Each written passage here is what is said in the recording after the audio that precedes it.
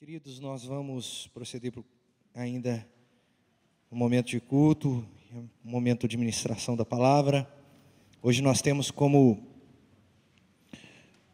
tema da nossa mensagem a profundidade de uma pregação. A profundidade de uma pregação. Obviamente, nós vamos analisar esse tema por meio de uma pregação feita extremamente relevante, extremamente importante, que está descrita em João, no Evangelho de João, capítulo de número 1, versículo de número 29. Nós vamos expor mais parte do texto, mas eu quero me concentrar em João 1, 29, que diz assim: no dia seguinte, viu João a Jesus que vinha para ele, e disse: eis o Cordeiro de Deus, que tira o pecado do mundo. Eis o Cordeiro de Deus, que tira o pecado do mundo. Vamos dizer todos juntos? Eis o Cordeiro de Deus, que tira o pecado do mundo. Oremos ao Senhor. Santo Deus, é com muito temor e tremor que nós estamos aqui, ó Deus, para ouvir a Tua palavra, para comunicar a Tua palavra, e prepara os nossos corações para que nós possamos sair edificados pelo intermédio da Tua palavra e pelo Espírito Santo que aplica ela em nossos corações. Usa-me, ó Deus, apesar de mim, e ó Deus, nos faça sair daqui, ó Deus, crentes mais fervorosos, temente ao Senhor. É o que nós pedimos no nome de Jesus. Amém. Extra! Gritavam os jornaleiros nas praças, nas calçadas, gritavam nas feiras, com os seus jornais, tentando vender os seus jornais com a matéria mais importante deles. Faziam isso porque queriam noticiar aquilo que era mais importante no circular da cidade ou de uma determinada região. Hoje a gente não tem a figura do jornaleiro mais. O que salta aos nossos olhos, às vezes, é uma notícia pelo Instagram, pelo Facebook, rede social. Colocam cores vibrantes, um vermelho, escarlate, como a minha gravata de hoje, né? Para chamar bastante atenção, uma matéria que vai nos trazer alguma reflexão. E a palavra extra é um diminutivo de extraordinário. O que eles gritavam? Aconteceu algo extraordinário e vocês precisam ler. Aconteceu algo impressionante que vocês precisam saber. E essa notícia surpreendia muitas pessoas. Essa notícia trazia alegria quando era uma notícia muito boa. A economia está voltando, glória a Deus, a economia despencou. Ai meu Deus, o que seremos de nós? Aconteceu algo inacreditável de bom no nosso país, que bom. Aconteceu um latrocínio, que triste. A verdade é que a notícia, ela precisa ser passada.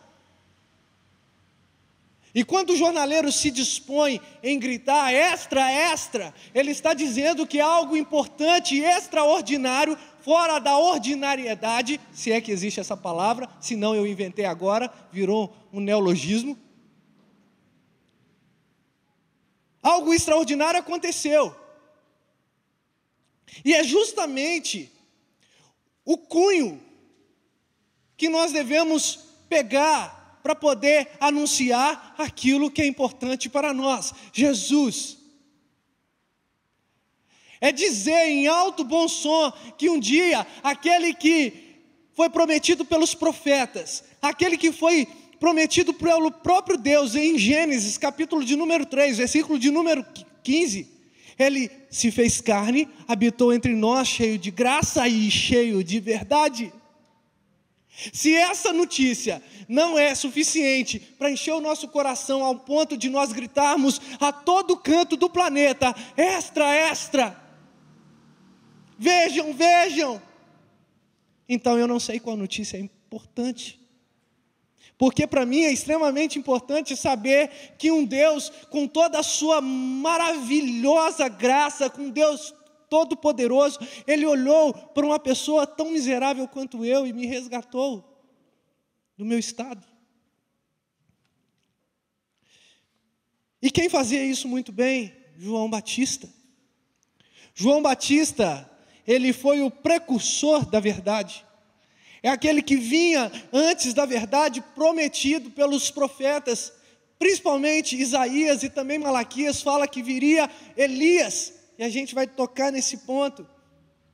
Mas alguém que estaria preparando o caminho para a verdade que libertaria o povo da maior escravidão de todas, que não foi a egípcia, que não foi a da Babilônia, que não é a escravidão que às vezes a gente acha que tem em nosso cotidiano, em nosso trabalho, mas a escravidão do pecado.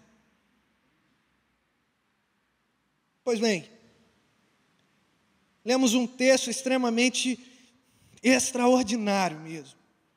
Eis o Cordeiro de Deus que tira o pecado do mundo.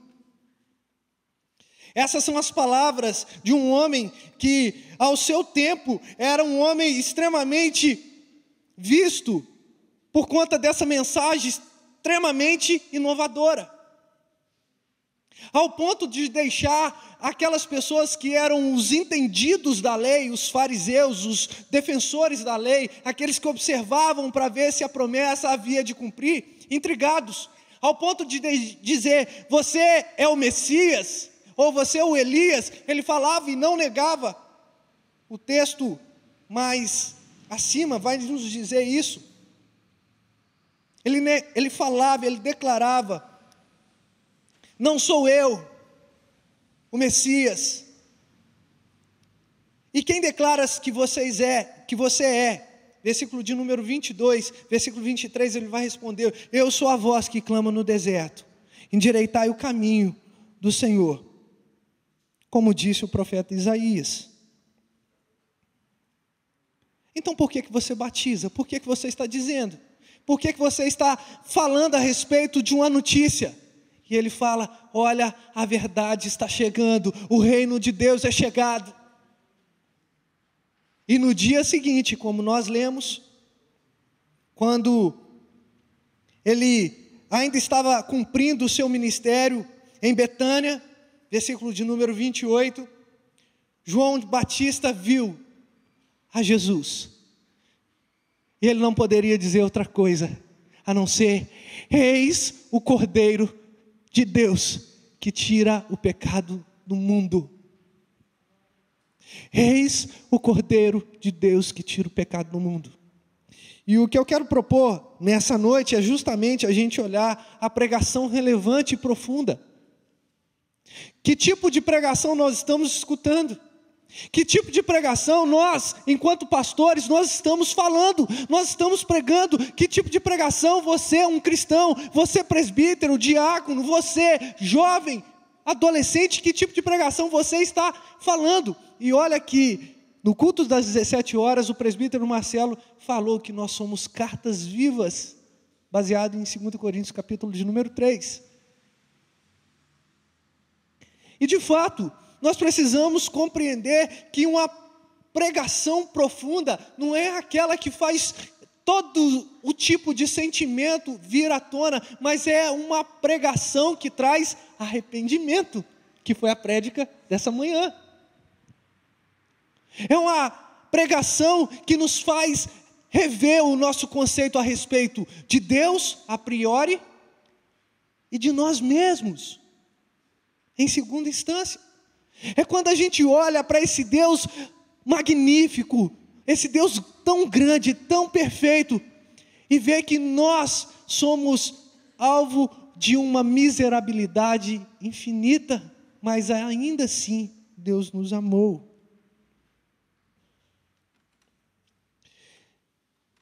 João Batista, portanto, está pregando, e era algo extremamente complexo naqueles dias, porque havia um período intertestamentário. O que é isso? Aquela folhinha branca que tem entre Malaquias e Mateus, Aquela folhinha branca, ela representa 400 anos aproximadamente de silêncio de Deus. Foi quando o último profeta profetizou e Deus parou de falar. Aconteceram coisas no povo de Israel? Sim. Quem não conhece a revolta dos Macabeus? Muito interessante. Ali surgiram a seita dos fariseus.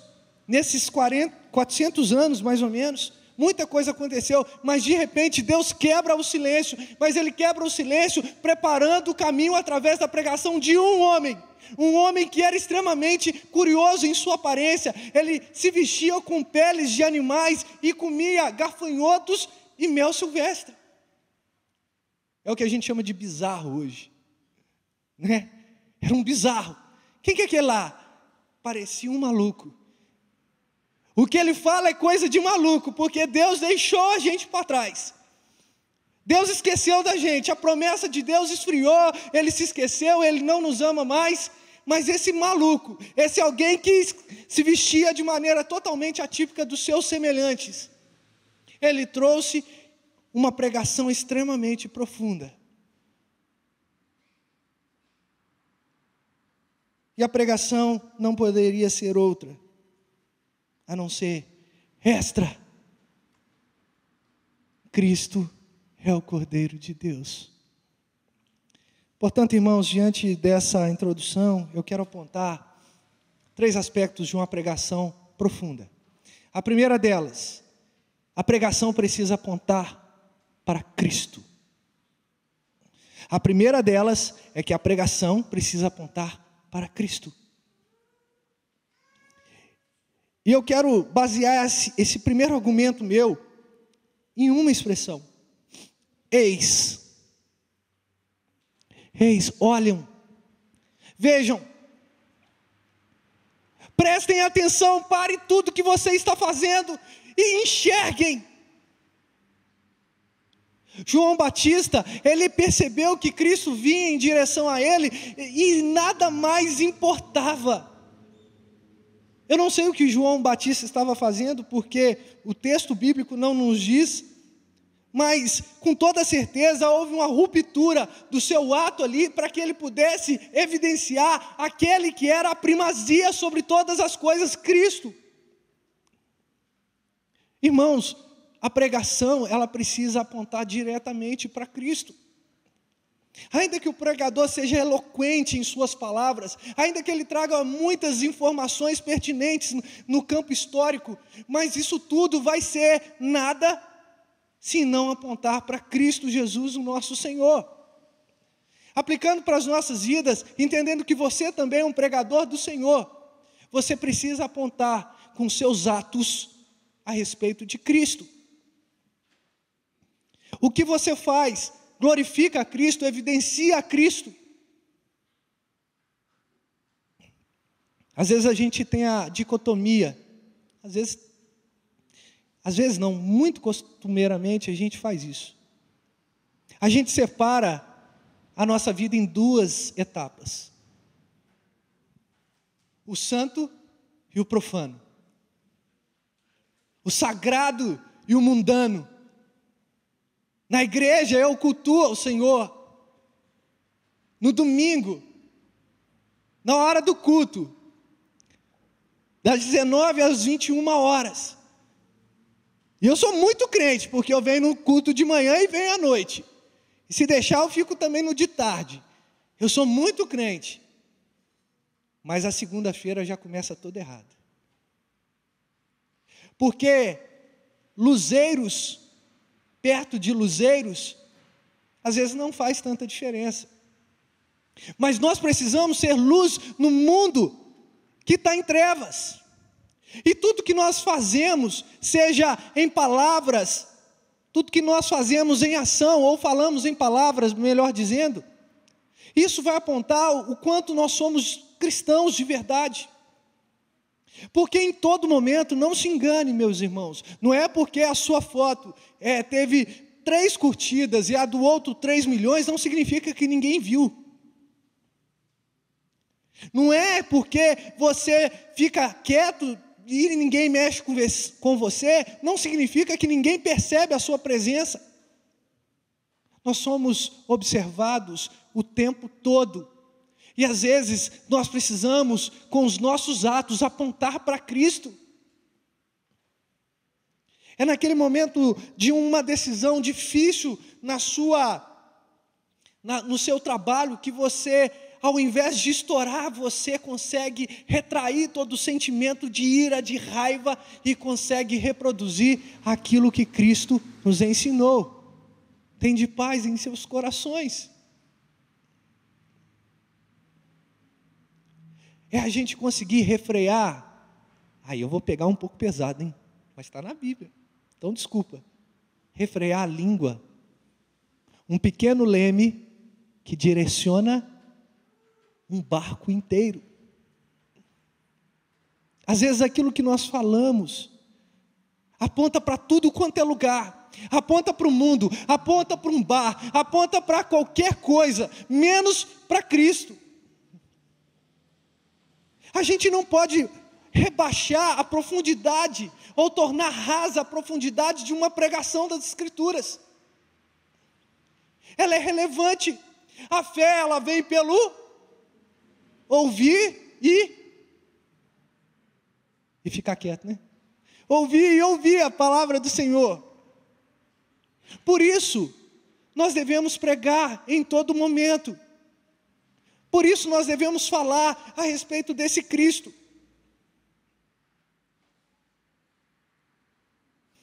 João Batista tinha essa pegada.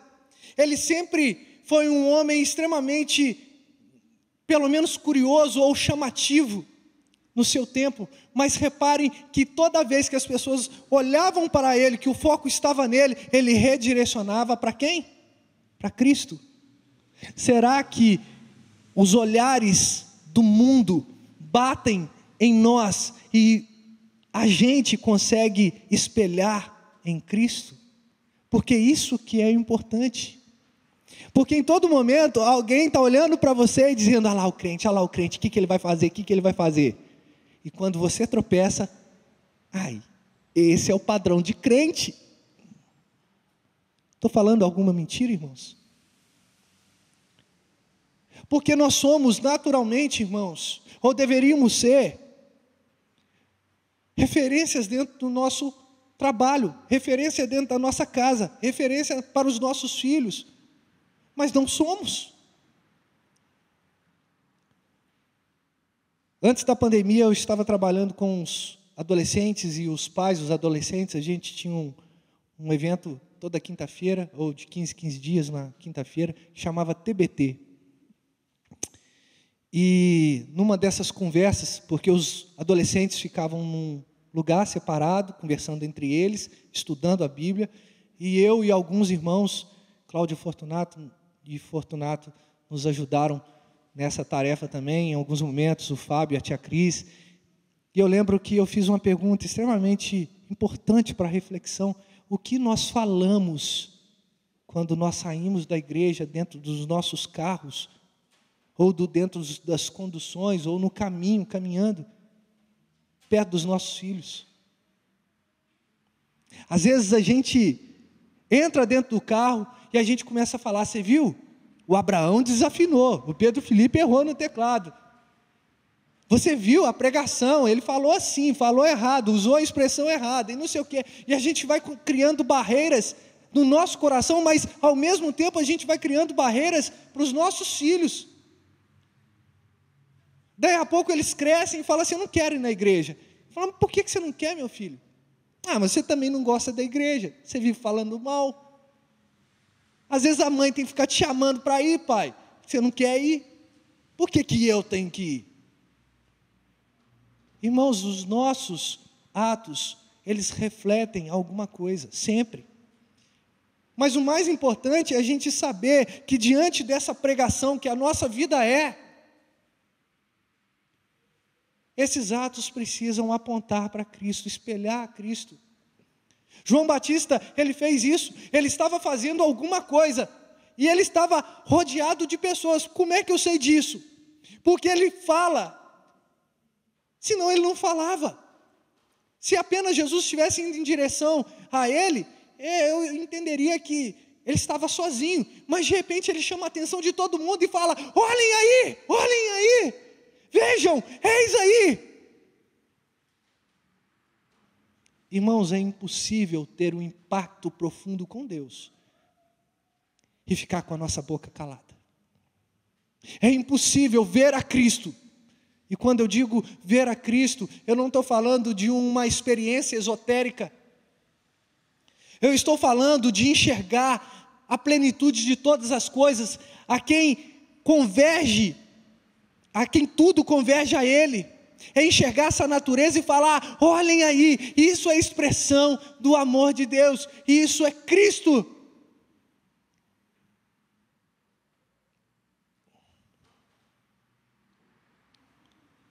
Muitas vezes, irmãos, estamos impedidos pelos nossos próprios olhos de contemplar o Messias, de enxergar a salvação.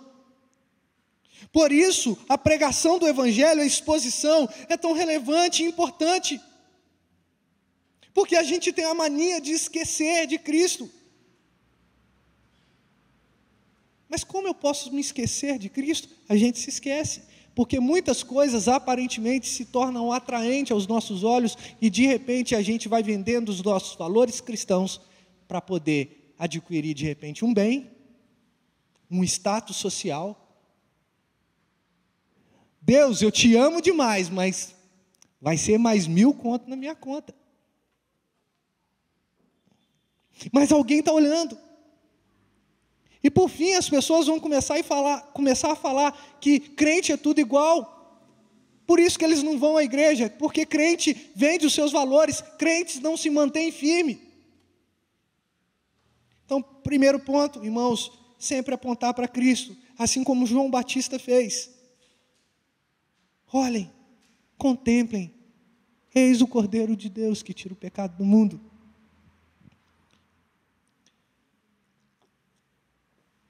Em segundo lugar, queridos, a nossa pregação deve sempre dizer a respeito de quem realmente Cristo é. Quem realmente Cristo é. Muitas pessoas enxergam Jesus como um curandeiro. Eu vou lá na igreja porque Cristo vai me curar desse mal. Eu vou porque Deus vai me abençoar na minha vida financeira. Eu vou porque Cristo vai trazer paz para o meu lar. Eu já disse isso em outras prédicas. Jesus não é um gênio da lâmpada mágica. O que Ele fez, o que Ele se propôs em fazer, Ele cumpriu na cruz do Calvário. Por isso Ele disse: está consumado. Está pago. Agora cabe cada um de nós entendermos o nosso papel. E quando eu digo o nosso papel, eu estou dizendo entender profundamente a respeito de quem Cristo é. E como eu sei quem Cristo é? Pela revelação. Que tipo de revelação? As Escrituras Sagradas. Porque tudo que nós precisamos saber a respeito de Cristo está revelado aqui nas Escrituras Sagradas. E é isso que Ele quis mostrar para a gente. Eu tenho agora base o suficiente para encher o meu coração de alegria e esperança de saber que a minha morada celestial está separada.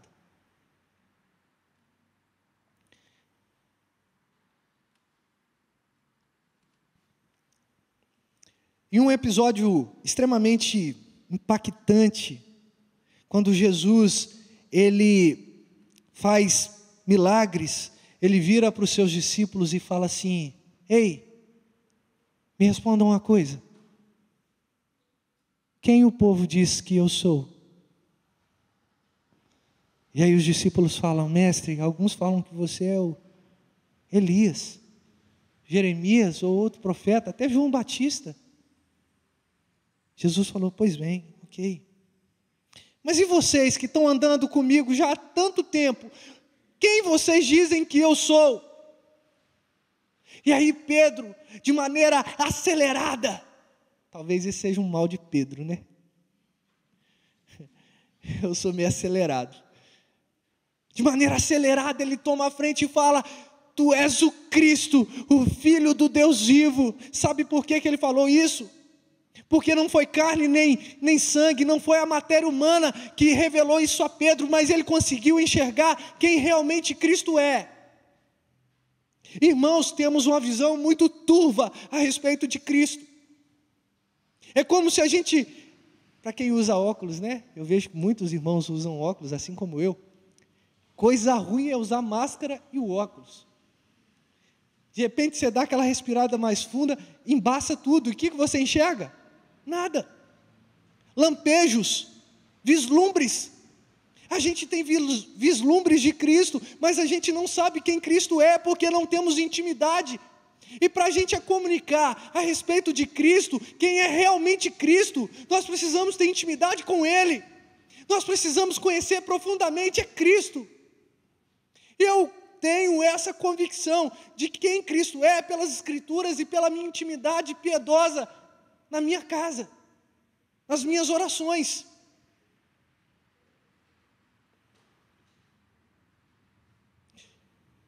Mas olha só, como João Batista retrata a respeito de Cristo. Eis o Cordeiro de Deus. E eu quero fazer uma viagem com você até o Velho Testamento.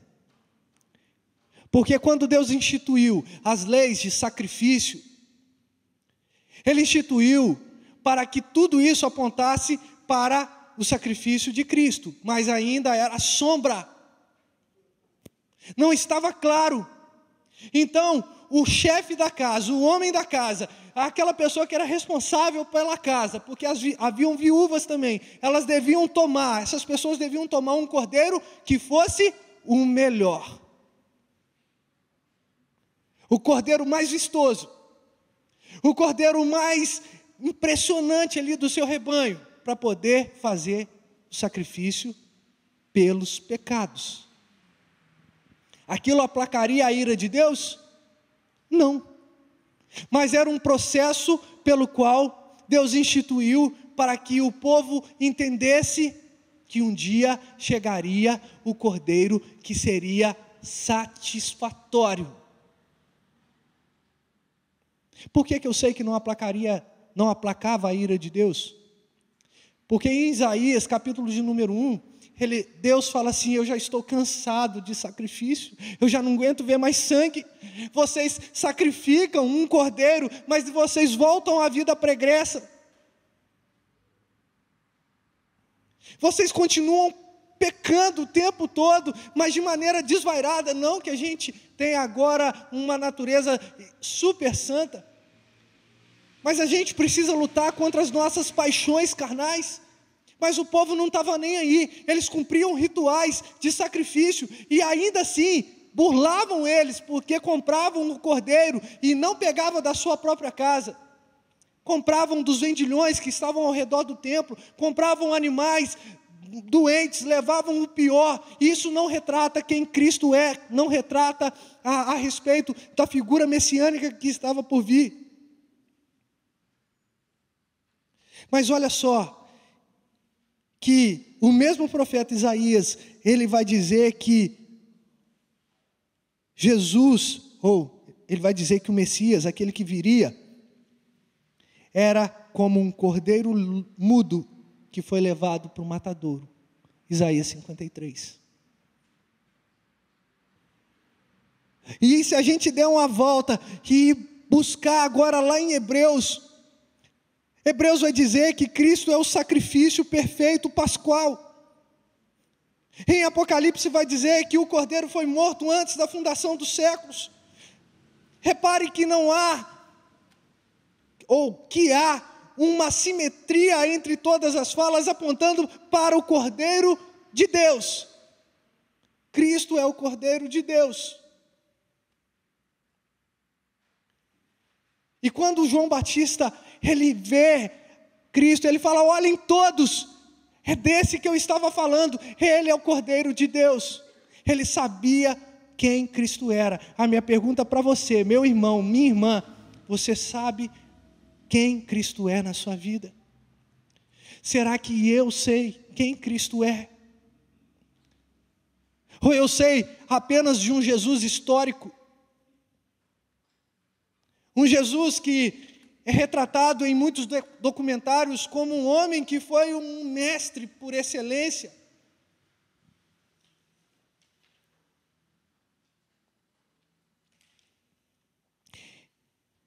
João apresentou Jesus como libertador, como cordeiro, porque o cordeiro tinha essa função de libertar, ou pelo menos de prefigurar a libertação.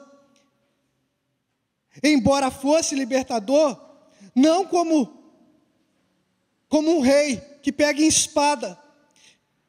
Embora fosse rei, ele também não era como um sacerdote por excelência, embora fosse, mas João Batista apresentou ele como um cordeiro, pois ele foi escolhido pelo próprio Deus como sacrifício permanente, perene. Nós não precisamos mais trazer nenhum tipo de animal para sacrificar aqui. O culto a Deus não é um sacrifício no sentido estrito da palavra.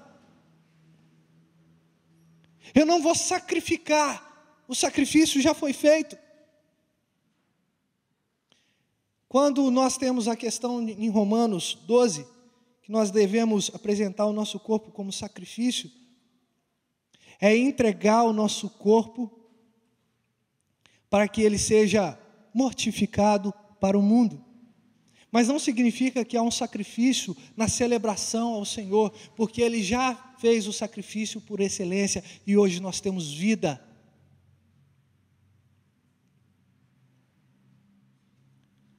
Queridos, enxergar a Cristo às vezes é fácil. Um professor de história fala a respeito de Cristo. Um ateu, e a gente tem muitos, com muita sabedoria, pelo menos filosófica, que falam a respeito de Cristo e das Escrituras de uma maneira até impressionante. Só que não se trata só de falar de Cristo, de saber quem é. Não adianta você andar com o seu compêndio de teologia sistemática, de teologia bíblica. Não adianta você entender todos os pontos calvinistas, se você não tem um relacionamento estrito com Cristo. Não adianta você saber os 5 solas e um deles é sola Christus, se você não compreende a natureza de Cristo, aquele que foi Deus, aquele que tabernaculou, ou seja, fez morada entre nós, veio cheio de graça e de verdade, mas a gente rejeitou. Mas todos aqueles que receberam, lhe deu o poder, lhe deu a autoridade, a exousia, de serem feitos filhos de Deus, a saber, os que creram no seu nome. Precisamos compreender tanto a respeito de Deus, tanto a respeito de Cristo, ao ponto de entregarmos confiadamente a nossa alma a Ele. É isso. Não é um conhecimento teórico, simplesmente. É um conhecimento que nos faz ter um impacto e uma transformação na vida. E é isso que a pregação deve ser, a apresentação de um Cristo, não somente histórico, mas um Cristo que transforma a vida do mais vil pecador. Uma pessoa santa, uma pessoa lavada, remida. Portanto, o segundo lugar é mostrar quem realmente Cristo é. Em terceiro lugar, uma pregação profunda. Ela deve sempre mostrar o que Ele fez e faz. Vou fazer uma pergunta para os irmãos, quebrar o gelo um pouquinho. Você conhece o Kay Leme? Conhece? Quem conhece? Kay Leme. Ninguém? Quer ver? E se eu fizer o gesto assim, ó? Agora, quem conhece? Poucos ainda, né? Mas alguns eu sei que não levantou a mão. Esse rapaz, ele tem esse nome. Ele nasceu no Senegal, ele tem 21 anos. Ele virou um meme, uma febre mundial. Porque ele pega uma coisa complicada, às vezes uma propaganda que mostra uma coisa mirabolante, e simplesmente ele pega e mostra como é simples fazer a mesma coisa, mas no método totalmente fácil, né?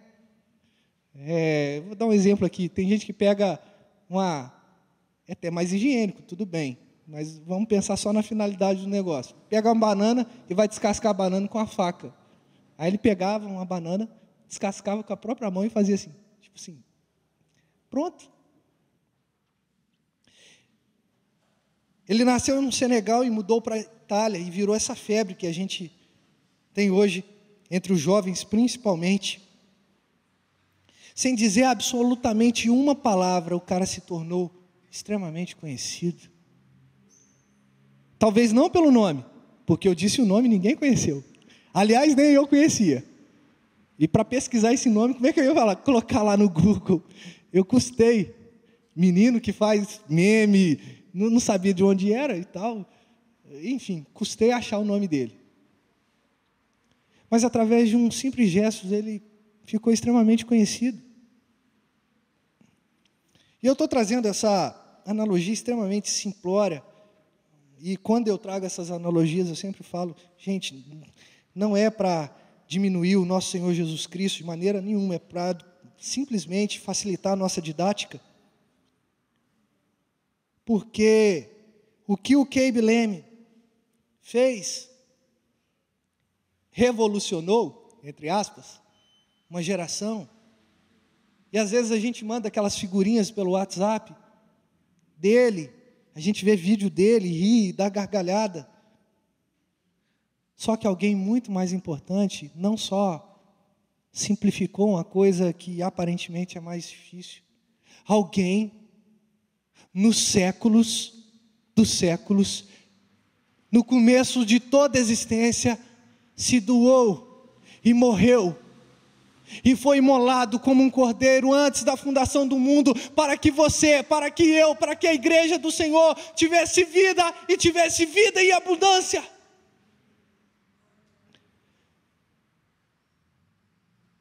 Ele demonstrou o seu próprio amor. Pastor Jefferson, ministrando aqui, citou um texto, dizendo que ele prova o seu grande amor entregando o seu próprio filho na cruz. O que ele faz, o que ele fez, o que Cristo fez, o que ele vai fazer. Ele nos garantiu a salvação. O que mais nós queremos de Cristo? Não que Cristo não possa transformar o seu casamento, não que Cristo não possa transformar o curso da sua vida social, o curso da sua vida financeira. Cristo pode fazer tudo isso, mas a mais importante obra é o que ele fez na cruz do Calvário. Irrevogável, não precisa mais fazer de novo. Ele cumpriu cabalmente o seu ministério, ele trouxe o sacrifício vicário, ele foi vicário em seu sacrifício, ou seja, sem nenhuma mais alteração.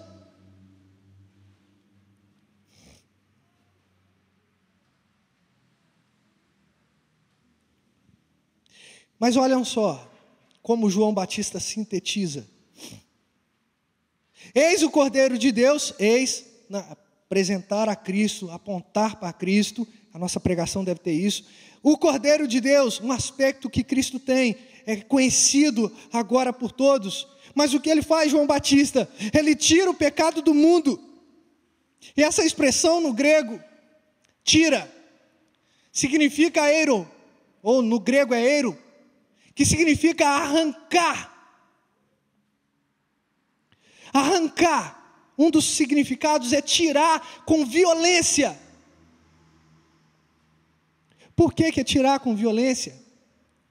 Porque muitas vezes a gente está abraçado em nossos pecados de uma maneira tão firme, tão forte, a gente não quer abandonar os nossos erros, as nossas mazelas, mas mesmo assim, Cristo com toda violência, e eu coloquei entre aspas, tá, irmãos, para quem estiver só ouvindo, Ele arranca de nós o pecado.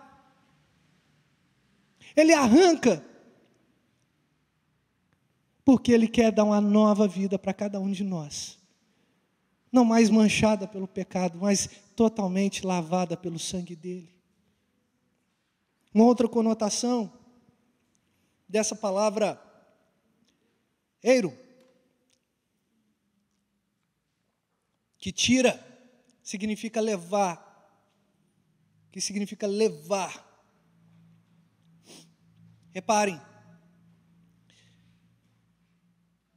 ele tira o pecado do mundo, mas eu quero concatenar essa expressão com Isaías. Porque em Isaías 53 vai falar que ele levou sobre si,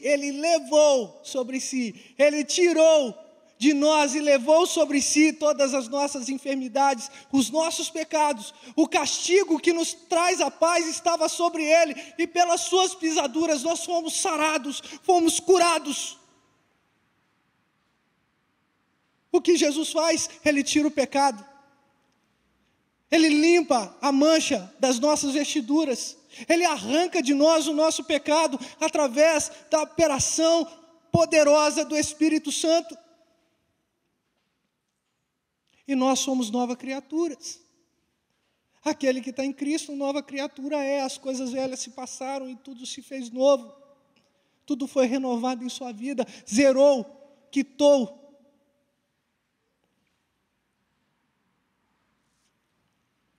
Portanto, a declaração que João Batista faz é: vocês estavam segurando o pecado com toda a força, mas Cristo levou, Ele tira o pecado do mundo, o Cordeiro de Deus, Ele tira o pecado. Agora a gente precisa entender só o do mundo, a expressão do mundo, o pecado do mundo. Ele levou sobre si o pecado do mundo inteiro? Não, querido, não.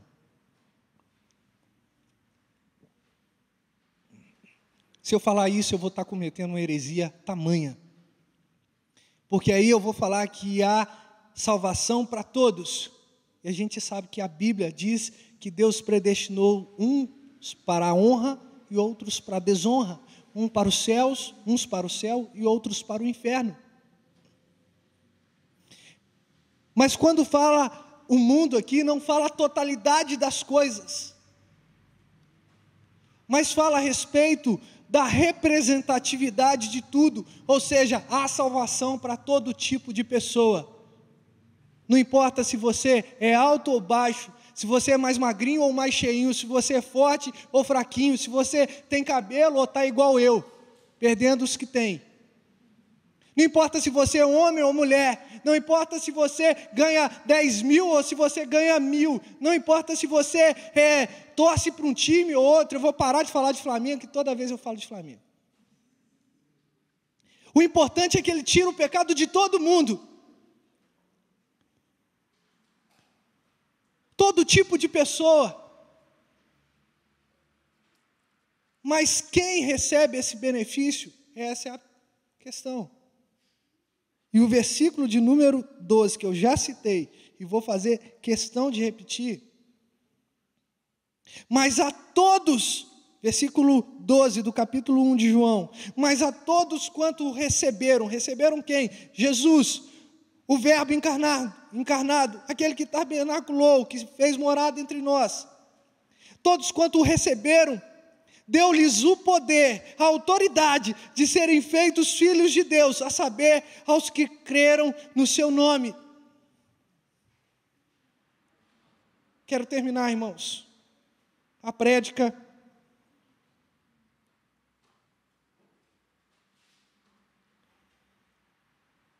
com essa pequena reflexão.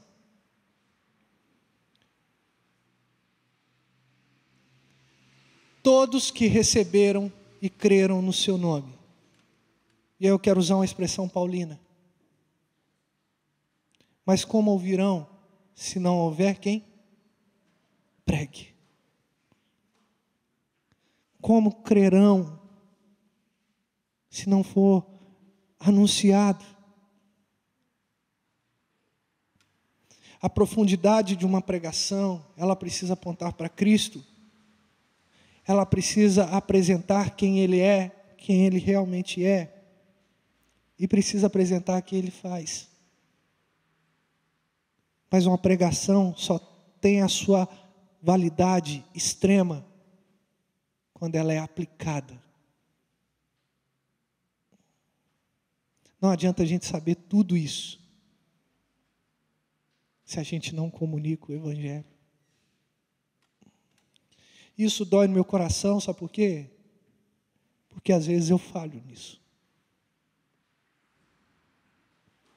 Não pense você, porque eu sou pastor, agora ordenado, não significa que às vezes eu calo a minha boca e não prego o Evangelho.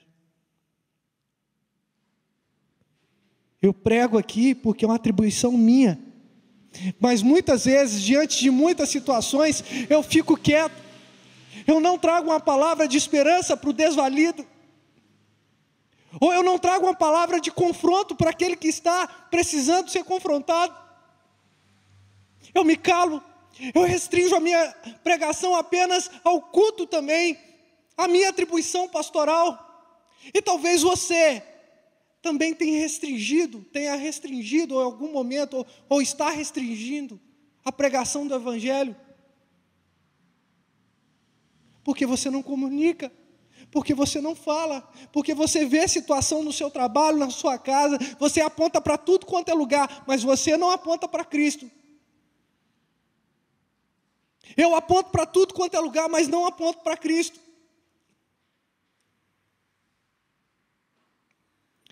Eu sei quem Cristo é, mas eu não falo para ninguém.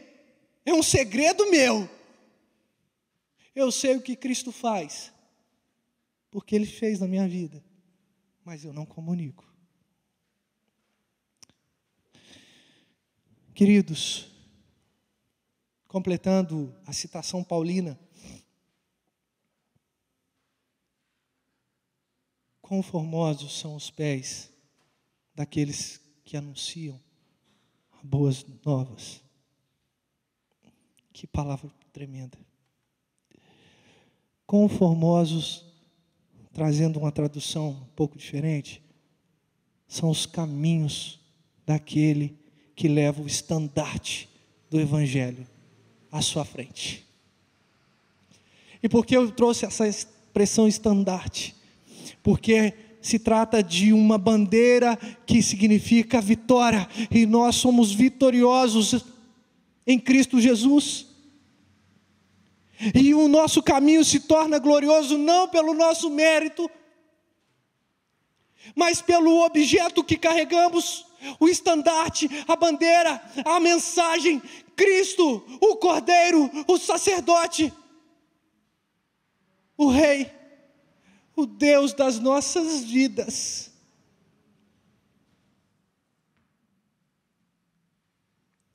Ele é o Senhor, ressurreto dentre os mortos, Ele é o Senhor. Glória para sempre ao Cordeiro de Deus, ao Leão de Judá, a raiz de Davi, que venceu a morte, que venceu tudo em nosso lugar. Estamos preparados para anunciar esse Evangelho transformador? Pastor, eu não sei pregar. Se propõe em viver uma vida crente. Eu tenho vergonha. Tudo bem. Ore para que o Senhor tire essa vergonha, porque o mundo não tem vergonha de pecados terríveis. Por que a gente vai ter vergonha de anunciar o nosso libertador? Meus amigos são muito inteligentes e eles acham que isso é uma grande besteira. Não importa o que eles acham, importa aquilo que você compreendeu a respeito de Cristo e a importância que Ele tem na sua vida. E se Ele é importante na sua vida, pregue, fale, anuncie, viva o Evangelho. E eu falo isso para mim. Eu preciso viver mais o Evangelho. Eu preciso ter prazer naquilo que me salvou de verdade. Que Deus me ajude. Que Deus te ajude, porque a tarefa não é fácil. Vamos orar?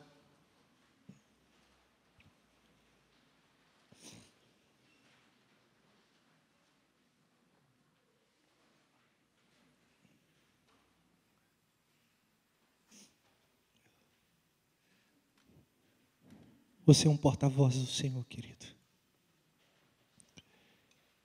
Tem muita gente no seu trabalho que está precisando ouvir a respeito de Cristo. Tem muita gente no seu ciclo de amizade que está precisando ouvir de Cristo. Tem muita gente na sua casa que está precisando ouvir de Cristo.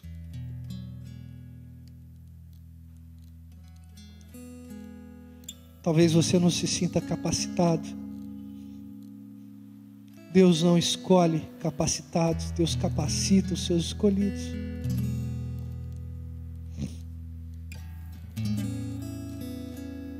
Porque quem é capacitado aqui? Eu, porque fiz um curso de teologia. Reverendo Jefferson, presbítero Fábio, presbítero Fortunato, presbítero Abraão. Isso são títulos.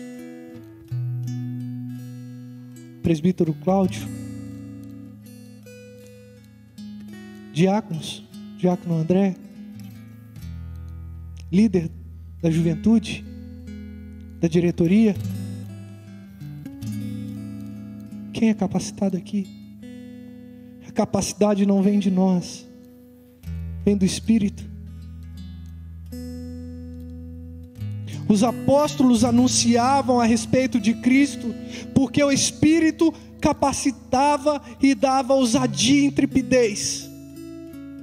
Pedro, iletrado, gritou em alta voz as maravilhas do Senhor, e num dia 5.000 pessoas se converteram, depois mais 3.000 pessoas.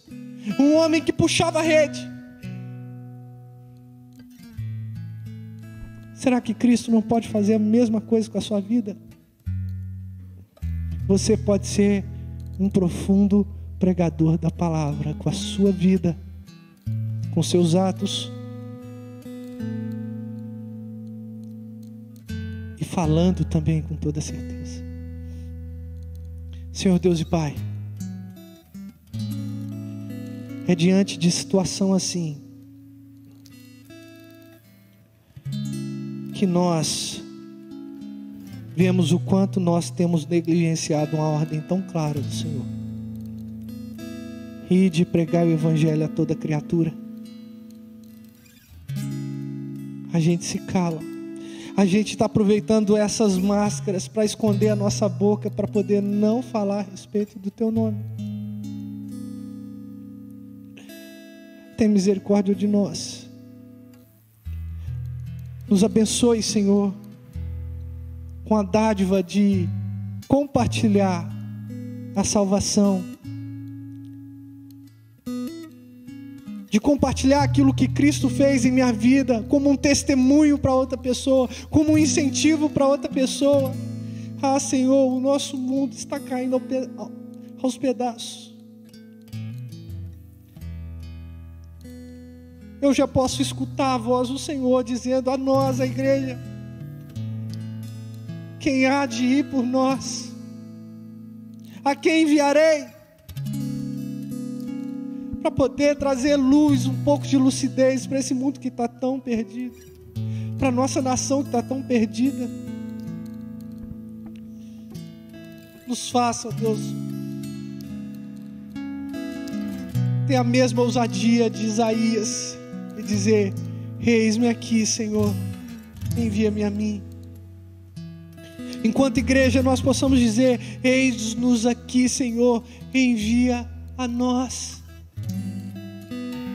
Não queremos ser limpadores de banco, crentes assentados assistindo. Queremos ser crentes que pegam no arado, crentes que colhem frutos, que choram enquanto semeiam, mas que futuramente voltaremos com júbilo, trazendo os nossos frutos, os nossos feixes.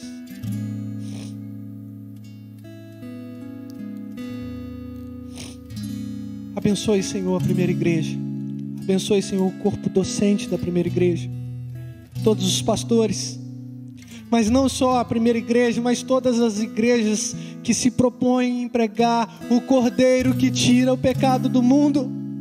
Abençoe, Senhor, os presbíteros, as lideranças de ministérios, ó Deus, os servos em geral, ó Pai, todos nós, a sua igreja, Senhor, para que nós possamos levar o estandarte do Evangelho e dizer: eu não me vergonho do Evangelho de Cristo, porque eu sei que Ele é o poder de Deus para a salvação de todo aquele que crê, seja do mais pervertido até aquele que se acha santo.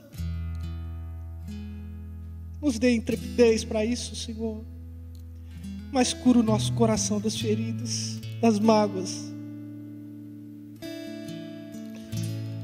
Ó Deus, em nome de Jesus, trata de cada um de nós e nos use como instrumento seu. E toda a honra e toda a glória seja dada pelos séculos dos séculos ao Senhor, nosso Deus. Em nome de Jesus oramos e agradecemos. Amém. Vamos ficar de pé, queridos. Vamos cantar mais uma canção.